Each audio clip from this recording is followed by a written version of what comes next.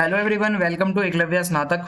और आज की इस वीडियो में हम सभी बीए प्रोग्राम सेमेस्टर 2 से जो आपका सब्जेक्ट है इंडियाज फॉरेन पॉलिसी, इसकी यूनिट 3 करने वाले हैं, India and the neighbourhood issues and challenges. तो न्यू एजुकेशन पॉलिसी का ये सब्जेक्ट है। तो चलिए वीडियो को स्टार्ट करते हैं। आपसे छोटी सी रिक्वेस्ट है कि आप प्लीज़ मुझे इंस्टा पे फॉलो कर लें, और अगर आपकी कोई क्वेरी हो तो आप मुझे मैसेज कर सकते हैं। मेरा यूज़र नेम आप सभी के सामने लिखा हुआ है। और अगर आपको पीडीएफ नोट्स चाहिए तो आप हमारे टेलीग्राम चैनल एकलव्य स्नातक 1 को सर्च मारकर ज्वाइन कर लें। यहाँ पे आपको पीडीएफ्स मिल जाएंगी। और इंट्रोडक्शन के साथ आज की इस वीडियो को हम स्टार्ट करते हैं। सो देखिए, हमारे यहाँ पे आप अगर देखोगे बॉर्डर डिस्प्यूट्स बहुत होते हैं इंडिया के नेबर्स में। मतलब आप अगर आसपास देखें, एथनिक कॉन्फ्लिक्ट होते हैं, क्रॉस बॉर्डर टेररिज्म बहुत बड़ा इशू है, माइग्रेशन, इमिग्रेशन, इंसर्जेंसी, ये कुछ ऐसी कॉमन फिनोमेना हैं जो कि हम देखते हैं आए दिन डेवलपिंग स्टेट्स के अंदर। सो ऐसी ही बहुत सारी जो इंसिडेंट्स हैं हमारे इंडियन नेबरहुड के आसपास होते रहे, जिसके बहुत सारे historical, cultural, strategic and geopolitical reasons रहे हैं। अब मैं आपको आगे बताता हूँ। ये इंडिया है और ये इसका नेबरहुड है। पाकिस्तान है, अफगानिस्तान है और नेपाल है, बांग्लादेश है, म्यांमार है, चाइना है, श्रीलंका है। ये कुछ ऐसे देश हैं जिनको हम कह सकते हैं जो हमारे नेबर्स हैं, ठीक है, जिनके साथ हम बॉर्डर शेयर करते हैं या जो हमारे बहुत ज़्यादा क्लोज हैं। बॉर्डर डिस्प्यूट्स के साथ आज का ये टॉपिक मैं आपको स्टार्ट करवाने जा रहा हूँ। और सबसे पहले आपके लिए एक छोटी सी इन्फॉर्मेशन है कि आप चाइना का जो बॉर्डर डिस्प्यूट है इंडिया चाइना का, उसके लिए आप यूनिट 2 को रेफर करें, जिसका लिंक आपको इस वीडियो के डिस्क्रिप्शन में दे दिया जाएगा। इंडिया चाइना बॉर्डर डिस्प्यूट्स बहुत डिटेल में समझाए गए हैं, तो उसको रिपीट करने की जरूरत नहीं है, आप उसी वीडियो से उसको देख सकते हैं, सेम टॉपिक है। उसके बाद अब मैं आपको बांग्लादेश और इंडिया के बारे में बताता हूँ। तो प्रेजेंटली ये दोनों इंडिपेंडेंट स्टेट्स हैं और एक इनकी सोशियो पॉलिटिकल हिस्ट्री रही है एंशियंट पीरियड से लेकर। जो आप अगर देखोगे, पहले एक सिंगल पॉलिटिकल अथॉरिटी में था, ये पूरा इंडिया ही था। बांग्लादेश बाद में बना है, ब्रिटिश रूल के टाइम पे ये पूरा इंडिया ही था, बांग्लादेश नहीं था। प्रेजेंट बांग्लादेश जो है वो ब्रिटिश प्रोविंस ऑफ बंगाल का हिस्सा था, ठीक है। कॉलोनियल रूल जब तक खत्म हुआ और जब पार्टीशन हुआ तो दो सोवरेन इंडिपेंडेंट स्टेट्स बने, इंडिया और पाकिस्तान, ठीक है, ये आपको पता होगा। जो पाकिस्तान जो बना था, ठीक है, 1947 में, वो दो पाकिस्तान बने थे, वेस्ट पाकिस्तान और ईस्ट पाकिस्तान। तो 1971 में जो ईस्ट पाकिस्तान जो था वो बाद में जाके पीपल्स रिपब्लिक ऑफ बांग्लादेश बना, यानी कि बांग्लादेश जो है वो ईस्ट पाकिस्तान से ही बना, जो कि एक लिबरेशन वॉर बहुत लंबे समय तक चली थी, जिसमें इंडिया ने भी सपोर्ट किया था और इंडिया पाकिस्तान की वॉर भी हुई थी उसमें। और मैं आपको बताऊं कि इससे क्या है कि जब बांग्लादेश अलग हुआ तो मुस्लिम बांग्लादेश में भी है, मुस्लिम पाकिस्तान में भी है। तो हम ये नहीं कह सकते हमेशा आप एक किसी स्टेट को अलग करके बनाने के लिए रिलीजन ही हमेशा मेन फैक्टर नहीं होता, क्योंकि रिलीजन तो दोनों तरफ सेम थे, वेस्टर्न पाकिस्तान भी और ईस्टर्न पाकिस्तान भी। बट यहाँ पे कोई और ही रीज़न था जो यहाँ पे बांग्लादेश बना। आफ्टर पार्टीशन 1947 में जब हुआ तो एक लैंड बॉर्डर हम शेयर करते थे 4069 किलोमीटर का, और एक मैरी टाइम बॉर्डर हम शेयर करते हैं 180 किलोमीटर का विद ईस्ट पाकिस्तान, यहाँ जिसको बाद में बांग्लादेश के नाम से जाना गया। और 4069 किलोमीटर का लैंड बॉर्डर और 2216 किलोमीटर जो है वो वेस्ट बंगाल के साथ, और 856 किलोमीटर जो है वो त्रिपुरा के साथ, 443 किलोमीटर जो है वो मेघालय के साथ, और 318 किलोमीटर मिजोरम के साथ, 262 किलोमीटर असम के साथ। ये हम बॉर्डर शेयर करते हैं ओवरऑल पाकिस्तान और बांग्लादेश के साथ में, जो कि इस तरीके से दिया हुआ है। उसके बाद क्या है, जो ये डी लाइनेशन का जो प्रोसेस हुआ था, ठीक है, इंडिया और पाकिस्तान का, वो जो है 2 बाउंड्री कमीशंस थी। एक तो डिवीजन ऑफ पंजाब के लिए, यानी कि इस तरीके से आप अगर देखोगे तो एक तो यहाँ पे जो है बंटवारा हो रहा था, लाइन बननी थी बॉर्डर की, और एक इस साइड बॉर्डर की लाइन बननी थी। सो यहाँ पे हुआ क्या, जो सर साइरिल रेडक्लिफ हैं, आपने इनका नाम सुना होगा, ये ब्रिटिश गवर्नमेंट ने इनको अपॉइंट किया था कि जो ये बॉर्डर की जो लाइनें बनेंगी आप इसको देखो भाई। रेडक्लिफ इंडिया में 1947 में आए थे, और पहले कभी इंडिया में ये नहीं आए थे इस पर्पज से। और इसी के बाद क्या होता है, जो उन्होंने एक बॉर्डर बनाया था वो सिंपली एक इन्होंने बाउंड्री की एक लाइन बनाई थी, ठीक है। और वो इतना ज़्यादा इन्होंने भाई सिंपल तरीके से बना रखा था। जो बॉर्डर था वो रिवर्स को क्रॉस करता था, विलेजेस को क्रॉस करता था, इवन जो है वो मार्केट प्लेसेस को क्रॉस करता था, घरों को क्रॉस करता था। कोई एक ऐसा पक्का सटीक कोई ऐसा मैप नहीं बनाया गया था, कोई बहुत अच्छा बॉर्डर इन्होंने नहीं बनाया, तो दिक्कतें बहुत सारी थी। और इसके बाद ये फोटो है जहाँ पे सर रेडक्लिफ आपको देखने को मिल जाएंगे, ठीक है, जिसमें लेफ्ट साइड के अंदर जो लाइन थी इनकी, ठीक है, ये रेडक्लिफ ने बनाई जो कि एक वेस्टर्न पाकिस्तान का बॉर्डर बना, और राइट साइड में जो लाइन थी वो ईस्ट पाकिस्तान को अलग करती थी जो कि ईस्टर्न पाकिस्तान का बॉर्डर बना, जो कि आज प्रेजेंट डे में हम जिसको बांग्लादेश के नाम से जानते हैं। तो ये लाइनें इन्होंने जो बनाई थी वो कुछ इस तरीके से थी। अब हम आगे देखेंगे, जो ये पार्टीशन हुआ था वो बेसिकली इसके बेसिस पे हो रहा था कि मुस्लिम मेजोरिटी और नॉन मुस्लिम कहाँ पर है। मेजोरिटी और डिस्ट्रिक्ट्स जो थे जो मुस्लिम माइनॉरिटी मुस्लिम मेजोरिटी वाले वो पाकिस्तान में मर्ज कर दिए गए। वेस्ट साइड में अगर ज़्यादा मुस्लिम्स थे कहीं पे तो वो वेस्ट पाकिस्तान में चले गए, और इसी तरीके से जो ब्रिटिश बंगाल था उसका डिवीज़न हुआ, उसको बांट कर और एक तरीके से ईस्ट पाकिस्तान बनाया गया। सो ये था। अब हमारा अगला जो टॉपिक है वो है माइग्रेशन और रिफ्यूजी क्राइसिस। तो देखेंगे माइग्रेशन का मतलब क्या होता है, रिफ्यूजीज क्या होते हैं। तो देखिए माइग्रेशन का मतलब होता है आप अगर एक जगह से दूसरी जगह मूव कर रहे हो, ठीक है, एक नए देश में जाते हो या आप काम की तलाश में जाते हो। सो माइग्रेशन एक बहुत ही एंशिएंट फिनोमिना है जो बहुत समय से होता आया है। ये वॉलेंटरी भी हो सकता है, ये फोर्स्ड भी हो सकता है, ठीक है। तो कभी आपको हो सकता है आप अपने काम की तलाश में निकलो, और कभी ऐसा हो सकता है कि आपको जबरदस्ती वहां से निकलना पड़े।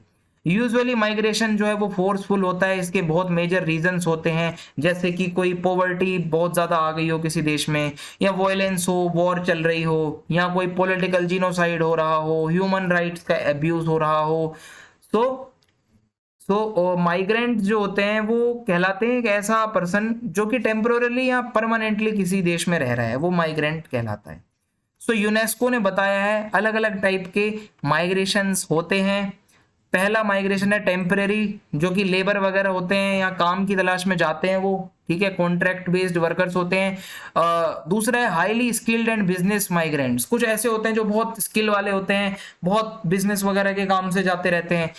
तीसरे होते हैं इरेगुलर माइग्रेंट्स और अनडॉक्यूमेंटेड और इलीगल माइग्रेंट्स। ये वो लोग हैं जिनके पास डॉक्यूमेंट्स नहीं होते और माइग्रेशन करते हैं। चौथे होते हैं फोर्स्ड माइग्रेंट्स, यानी कि जो जबरदस्ती जिनको निकाला जा रहा है किसी देश से।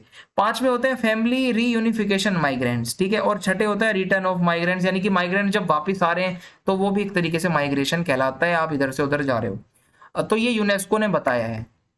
अब है हमारे इंडिया में जो नॉर्थ ईस्ट का रीजन आता है वहां पे बहुत ये प्रॉब्लम है इमिग्रेशन वाली। इमिग्रेशन को ऐसा माना गया है कि आप अगर किसी और जगह पे जा रहे हो, ठीक है, come to a foreign country and take up residence, आप कहीं फॉरेन कंट्री में जाके वहीं रहने लग गए हो। सो ये एक काइंड ऑफ इमिग्रेशन है, ठीक है। अगर आप यहाँ पे देखोगे तो आपको पता चलेगा कि रेसिडेंस तो वो लेते ही हैं, बाहर से आके रहने लगते हैं। साथ साथ बहुत सी और भी वहाँ पे चेंजेस आ जाती हैं, इकोनॉमिक चेंजेस आ जाते हैं, पॉलिटिकल सोशल डेमोग्राफी बदल जाती है। भाई अगर कोई गांव है वहाँ के लोग काम कर रहे हैं और बहुत बड़े नंबर में जो इमिग्रेंट्स आके वहाँ रहेंगे तो भाई इकोनॉमी में भी उनको ही फायदा होगा, ठीक है। जो लोग वहाँ पे रह रहे थे उनका तो नुकसान हो जाएगा। पॉलिटिकल चेंजेस आ जाएंगे, मान लो बाहर से बहुत सारे इमिग्रेंट्स आ गए तो वो तो अपने हिसाब से वोट करके और वहाँ की डेमोग्राफी बदल देंगे पूरी। तो इमिग्रेंट्स की प्रॉब्लम नॉर्थ ईस्ट में बहुत ज़्यादा है। नॉर्थ ईस्ट जो है बहुत ही क्लोज है गोल्डन ट्रायंगल के। गोल्डन ट्रायंगल का यहाँ पे मतलब है लाओस, थाईलैंड और म्यांमार, ये तीन देश बिल्कुल क्लोज है हमारे नॉर्थ ईस्ट स्टेट्स के। सो ये बहुत ही एक वल्नरेबल जगह है। यहाँ से ना ड्रग सप्लाई करने वाले लोग बहुत आते जाते हैं इधर, ठीक है। और इसके अलावा बहुत बारी यहाँ पे इंसर्जेंसीज भी होती रही हैं, ठीक है, जो मैं आपको बताता हूँ आगे इसका मतलब क्या होता है। According to William J Lucas, ये एक बहुत बड़े स्कॉलर हैं, ये बताते हैं कि इंसर्जेंसी क्या होती है। एक ऑर्गेनाइज्ड मूवमेंट होती है जो किसी भी एक सरकार को हटाना चाहती है। एक पूरा कॉन्स्टिट्यूटेड जो गवर्नमेंट है उसको आप हटा रहे हो कॉन्फ्लिक्ट करके, या आर्म्ड कॉन्फ्लिक्ट कर रहे हो, आप लड़ रहे हो और उसके बाद आप वो सरकार को हटाना चाह रहे हो, तो ये हमारा कहलाता है इंसर्जेंसी।